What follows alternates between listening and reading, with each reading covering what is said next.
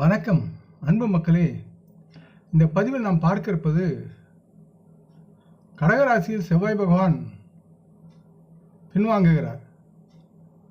இந்த நேரத்தில் துலாம், விருச்சிகம், தனுசு ராசி வாரியாக பலன் சார்ந்த கணிப்புகள் மற்றும் பரிகாரங்கள் பற்றி இப்பதிவில் நாம் விரிவாக பார்ப்போம். இப்பதிவை பார்க்கும் கேட்கும் அன்பர்கள் யாவரும் லைக் செய்து சப்ஸ்கிரைப் செய்து பகிர்வது நல்லது. கடகராசியில் செவ்வாய் பகவான் பின்னடைவு. சோதிடத்தில் செவ்வாய் பகவான் வீரத்திற்கும் வலிமைக்கும் ஆற்றலுக்கும் உறுதிப்பாடுக்கும் தன்மை கொண்ட ஒரு கிரகமாக விளங்குகிறார். இவர் சோதிட கட்டத்தில் மேஷம் மற்றும் விருச்சிக ராசியை ஆட்சிபீடமாக கொண்டு செயல்படுகிறார். தற்சமயம் கடகராசியில் செவ்வாய் பகவான் பின்வாங்குகிறார். இந்த பிற்போக்கு தன்மையில் துலாம், விருச்சிகம், தனுசு ராசி மக்களின் வாழ்வில் எப்படி இருக்கும், அவர்கள் என்னென்ன நடவடிக்கைகள் எடுக்கலாம் என்பதை பற்றி இப்பதிவில் நாம் விரிவாக பார்ப்போம். துலாம் ராசிக்கு 2வது மற்றும் 7வது வீட்டின் அதிபதியாக இருக்கும் செவ்வாய் பகவான் தற்சமயம் தனது 10ஆம் வீட்டில் அதாவது கடகத்தில் அவர் பின்வாங்குகிறார். இதன் காரணமாக துலாம் ராசி மக்கள் தங்கள் வேலைக்காக நீண்ட தூர பயணம் செய்ய வேண்டிய சூழல் இருக்கிறது. அதில் இவர்கள் நலமாக வெற்றியும் பலனையும் அடைவார்கள். தொழில் ரீதியாக இந்த நேரத்தில் துலாம் ராசி மக்கள் புதிய வேலை வாய்ப்புகளை பெறுவதற்குண்டான சூழல் இருக்கிறது மற்றும் அதில் நல்லதொரு பலன் சார்ந்த திருப்தி அடைவதற்குண்டான சூழலும் இருக்கிறது. துலாம் ராசி மக்கள் செய்யும் வணிக முன்னணியில், தொழிலில், வியாபாரத்தில் புதிய பங்கு கூட்டாண்மை நீங்கள் நுழையலாம் மற்றும் இது போன்ற விஷயங்கள் உங்களுக்கு நல்லதொரு மகிழ்ச்சியும் ஆதாயத்தையும் தரும் என்று நம்பி செயல்படுங்கள். புதிய பங்கு கூட்டாண்மையில் ஈடுபடுவதால் தங்கள் தொழிலில் நல்ல லாபத்தை அறுவடை செய்யக்கூடிய சூழல் இருக்கிறது. இதனால் பொருளாதார முன்னணியில் நீங்கள் அதிக வருமானத்தை பெறுவதற்குண்டான சூழலும் அதை சேமிக்கும் ஆதாய திறனும் உங்களுக்கு அதிகரிக்கும். தனிப்பட்ட முறையில் உங்கள் அணுகுமுறை நீங்கள் இனிமையாக இருப்பீர்கள். இதன் மூலம் நீங்கள் உங்கள் குடும்பத்துடனும் மட்டுமல்ல நட்பு வட்டாரத்துடன் நன்றாக பழகி உங்களுடைய வலிமையை நிலைநாட்டுவீர்கள். தங்களின் ஆரோக்கியத்தை பொறுத்தவரை உங்களுக்கு அதிக ஆற்றலும் நம்பிக்கையும் இந்த நேரத்தில் இருக்கும். இதன் மூலம் நீங்கள் முழு பலத்துடனும் ஆரோக்கியத்துடனும் நலமாக வாழ்ந்து உங்கள் செயல்பாடுகளில் நீங்கள் தீவிரமாக செயல்பட்டு மகிழ்ச்சியுடன் வாழ்வதற்குண்டான வழிகளை கண்டறிவீர்கள்.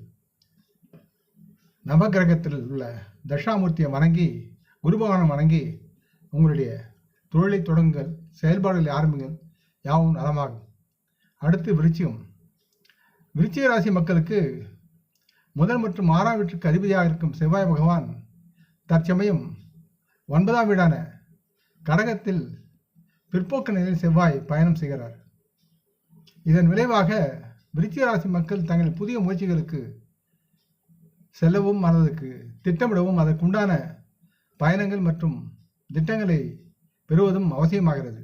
இதனால் உங்களுடைய அதிர்ஷ்டம் அதிகமாகும். தங்களின் ஆன்மீக ஈடுபாட்டின் மூலம் மகிழ்ச்சியையும் மன நிம்மதியும் நீங்கள் பெறுவீர்கள். தொழில் முன்னணியில் நீங்கள் அதிக வேலைகளையும் பணிகளையும் ஒப்பந்தங்களையும் பெறக்கூடிய சூழலும், அதில் உங்களை நீங்களே அர்ப்பணித்து உங்கள் முயற்சியில் வெற்றி பெற்று நல்லொரு ஆதாய பலனையும் வருமானத்தையும் ஈட்டுவீர்கள் என்று தெரிகிறது.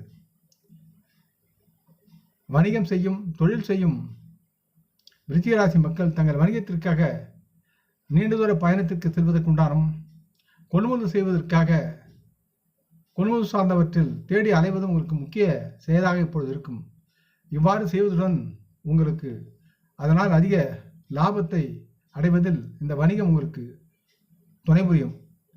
பொருளாதாரம் சார்ந்த பல விஷயத்தில் நீங்கள் உங்களுடைய திட்டமிட்டபடி அதிக லாபத்தை பெறுவதற்குண்டான செயலும், அதை சம்பாதிக்க வெளிநாடு, வெளியூர், வெளிமாநிலம் செல்வதற்குண்டான சூழலும் இருக்கிறது. வருமானம் மட்டுமே உங்களுக்கு இப்பொழுதைய குறிக்கோளாகவும் லாபம் சார்ந்தும் நீங்கள் செயல்படுவீர்கள்.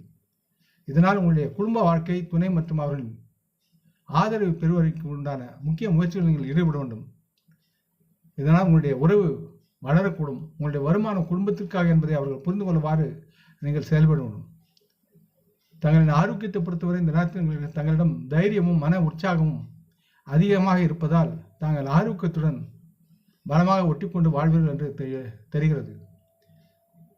முருகனை விடாப்பிடியாக பிடித்துக்கொண்டு அவரது சண்முக கவசத்தை பாராயணம் செய்யுங்கள்.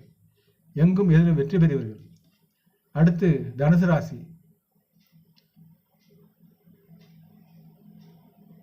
தனுசு ராசிக்கு செவ்வாய் பகவான் 5ஆம் வீட்டிற்கு 6ஆம் வீட்டிற்கு அதிபதியாகி இப்பொழுது 8ஆம் வீட்டில் அவர் பின்வாங்குகிறார். மேற்கூறியவற்றின் காரணமாக உங்கள் முயற்சிகளில் சில தடைகளை நீங்கள் சந்திக்க நேரிடும். நீண்ட தூர பயணங்கள் செல்வதில் உங்களுக்கு பிரயோஜனப்படாது. ஆகவே சிந்தித்து செயல்படுங்கள். பலனற்ற பயணங்கள் உங்களுக்கு நஷ்டத்தை கொண்டு வந்து சேர்க்கும். தொழில் ரீதியாக நீங்கள் எதிர்பாராத விதத்தில் நல்லதொரு மன திருப்தியுடன் சில முடிவுகளை நீங்கள் பெறலாம். சிலருக்கு புதிய வேலை வாய்ப்புகள் கிடைக்கக்கூடிய சூழலும் இருக்கிறது. உங்கள் எதிர்பார்ப்புகள் அதிகமாக இருப்பதால் சற்று எதிர்பார்ப்புகளை குறைத்து மிதமான நிலையில் தன்னுடைய மனதை வைத்துக் கொள்வது உங்களுக்கு நலமாக இருக்கும். வியாபார வணிக தொழில் முன்னிலையில் ஊகங்கள் மற்றும் பரம்பரை வகை வணிகத்தில் லாபம் பெறுவதற்குண்டான சூழல் இருக்கிறது. ஆகவே வருமானத்தின் எதுவுமான குறையும் இல்லை. சேமிப்பில் சற்று அக்கறை காட்ட வேண்டும். இந்த நேரத்தில் உங்களுக்காக செலவுகள் அதிகரிக்கும் என்பதால் பண விஷயத்தில் நீங்கள் உங்கள் செலவுகளை கட்டுப்படுத்தி சேமிப்பில் அக்கறையாக இருக்க கேட்டுக்கொள்ளப்படுகிறீர்கள். தனிப்பட்ட முறையில் உங்கள் மனதில் பாதுகாப்பற்ற உணர்வுகள் இந்த நேரத்தில் இருக்கும். இதன் காரணமாக உங்கள் வாழ்க்கை துணைக்கு நீங்கள் உங்களுடைய ஆதரவையும் நல்குவதில் சற்று சிரமப்படுவீர்கள். ஆகவே குடும்பத்தில் உறவுகளுடைய ஆதரவு இல்லாமல் உங்களுடைய வாழ்வை இனிமையாக இருக்காது. ஆகவே குடும்பத்தில் உள்ள உறவுகளை மதித்து அவருடைய ஆதரவை பெற்று பயமற்ற வாழ்வை வாழ வேண்டும் என்று கேட்டுக்கொள்கிறேன். நவகிரகத்தை சுற்றி வந்து குரு பகவானுக்கு படையலிட்டு பூஜை செய்யுங்கள். யாவும் நலமாகும். இந்த பதிவை கேட்டு லைக் செய்து சப்ஸ்கிரைப் செய்து பகிரும் நண்பர்கள் யாவரும் வளமுடன் நலமாக தேக திரகாத்திராயில் ஆரோக்கியத்துடன் சகல விதமான தனதானிய ஆபரண ஐஸ்வரனை பெற்று சர்வ காரிய ஜெயத்துடன் வாழ்வாங்க வாழ வேண்டும் என்று இறைவன் பாதம் பணிகின்றேன். நம் குடும்ப மூத்தோர்களை போற்றி வணங்குவோம். வணக்கம். நன்றி.